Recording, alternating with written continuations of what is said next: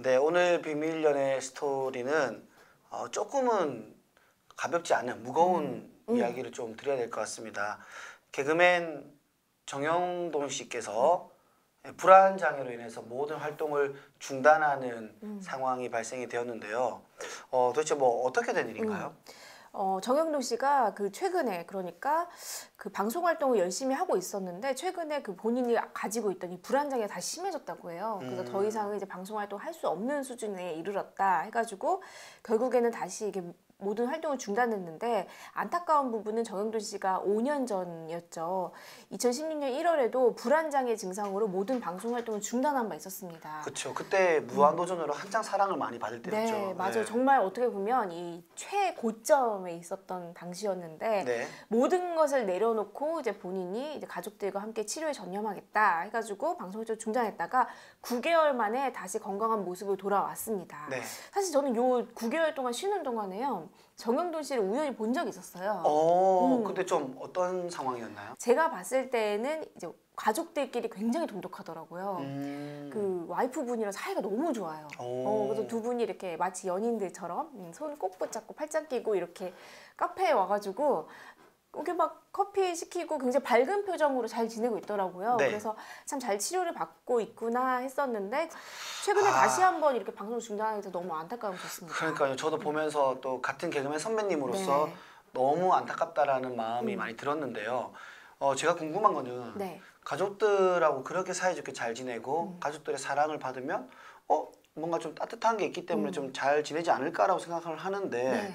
그럼에도 불구하고 이런 상황이 다시 한 번 더 재발하게 된 그리고 불안 증상을 느끼게 된 뭐 원인, 이유가 있다면 뭐가 있을까요? 본인이 한번 과거 모 방송에서 털어놓은 적이 있었어요. 실제로는 굉장히 좀 약간 소심하고 예민한 성격이라고 해요.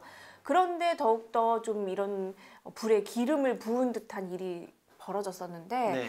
한때 이제 어떤 예능 프로그램을 촬영을 하고 있었는데 네. 그게 이제 시장에서 촬영을 하는 거였대요. 근데 한 아주머니가 막 웃으면서 다가오시더니 그 소중한 곳 있잖아요. 신체 부위. 거기를 꽉 잡고 웃으면서 하하하 하고 가신 거예요. 근데 모르는 사람인데 와서 네. 촬영하고 있는데 와서 거기를 네. 본인은 그 계기를 통해서 이 불안장애가 너무너무 심해졌다 이렇게 얘기를 하더라고요. 그리고 이후에는 그러니까 출연자들 그러니까 연예인들이랑 하는 방송 괜찮은데 네. 잘 모르는 사람들이 함께하는 방송을 하다 보면은 막 식은땀이 나고 그때 그 트라우마가 네 그런 나쁜 기억들이 떠오른다 이런 얘기를 좀 어렵게 털어놓은 바가 있었죠. 이야기를 듣다 보니까 제가 갑자기 생각이 난 건데 네. 제가 예전에 그 공연을 하고 나와서 그냥 공연이 좀 잘 됐어요. 그때 약간 중년의 어머님들이 단체로 관을 오셨는데 끝나고 포토타임을 하는데 갑자기 엉덩이를 이렇게 만지시면서 동아 씨요? 네. 엉덩이 탄탄해 뭐 이런 식으로 하시더라고요. 어머.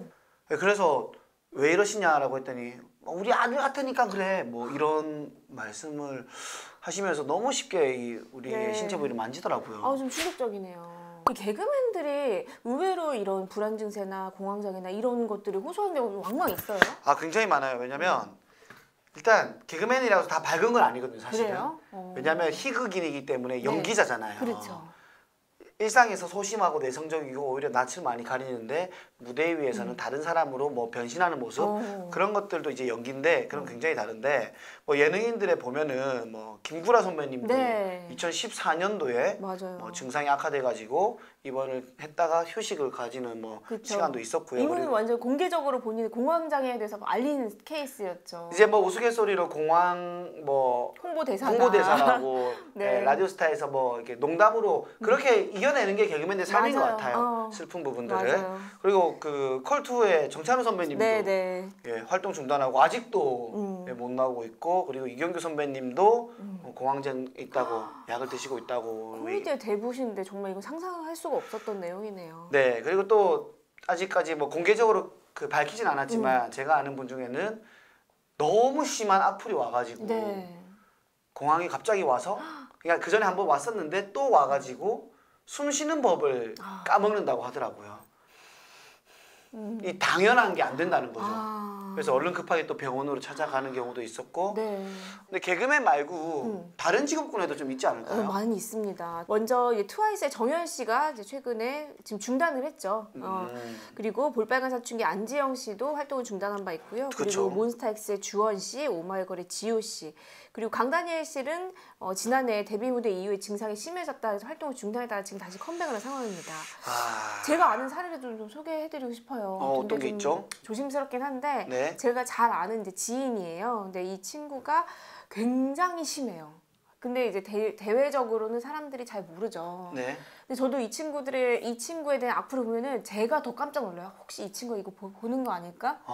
그렇게 되는 게 왜 그러냐면 제가 한 번에 이 친구를 만났는데 만나서는 굉장히 밝다가 갑자기 어느 순간부터 거의 뭐 수도꼭지 튼 것처럼 계속 울어요. 갑자기요? 네. 남자인데도 뭐 펑펑 울고 그런 얘기를 하더라고요. 본인은 사실 오늘이든 내일이든 모든 걸 다 끝내버리고 싶다는 얘기를 해서 제가 그때 너무 무서워서 막 제가 제발 그런 선택은 하지 말아라고 진짜 하고 그 다음날도 연락하고 막 그랬던 적이 있는데 어쨌든 굉장히 많은 제가 보기에도 이렇게 다 말하지 못해도 힘든 걸 겪고 있는 친구들이 참 많은 것 같아요. 네, 맞습니다. 내가 불안장애나 공황장애 왔었지만 극복한 사람들도 있지 않을까요? 네, 있습니다. 대표적인 예로 윤호윤호 씨. 윤호윤호 씨 같은 경우에는 한때 그 독극물 테러 사건을 당했었잖아요. 이거는 방송에서도 몇 번이나 네. 언급을 했었죠. 네, 그 이후에는 누군가가 음료수를 건네거나 하면은 잘 마시지를 못할 정도 트라우마가 심했다. 그리고 뭐 그런 장소만 가도 굉장히 가슴이 답답해지고 어떤 그런 트라우마 증상을 보였었는데 네. 이것을 이제 본인이 계속해서 이제 주스를 10병을 사와서 마시거나 뭐 이런 걸 해서 특히 열정맨답게 극복을 했다라고 본인이 고백을 한 바 있습니다. 근데 윤호 씨 하면 굉장한 그 멘탈이 강철 멘탈인 걸로 그러니까요. 유명하고 자존감도 굉장히 높은 걸로 유명하잖아요. 그러니까요. 네. 그래서 약간 네. 윤호 씨 창법으로 축하를 한번 해준다면 네. 윤호야 극복 축하한다. 또 뭐 어떤 분이 네. 있을까요? 그 배우 이휘준 씨 같은 경우에는 네. 오랜 연극 배우 생활을 하다가 이제 본인이 스타가 됐었는데 네. 어느 순간부터 갑자기 공황장애가 심해졌대요. 그래서 한 4년 정도를 굉장히 힘들었다고 하는데 본인은 이제 법륜 스님의 강연을 듣고 해답을 얻어서 그 이후부터는 계속 본인이 좋아하는 창작 활동을 하면서 공황장애를 극복했다라는 얘기를 하더라고요. 이 해답을 얻었다 했잖아요. 네네네. 이 법륜 스님이라서 네. 잠깐 뭐 좀 이런 생각 잠깐 한번 네. 들어봤습니다. 그렇죠. 네.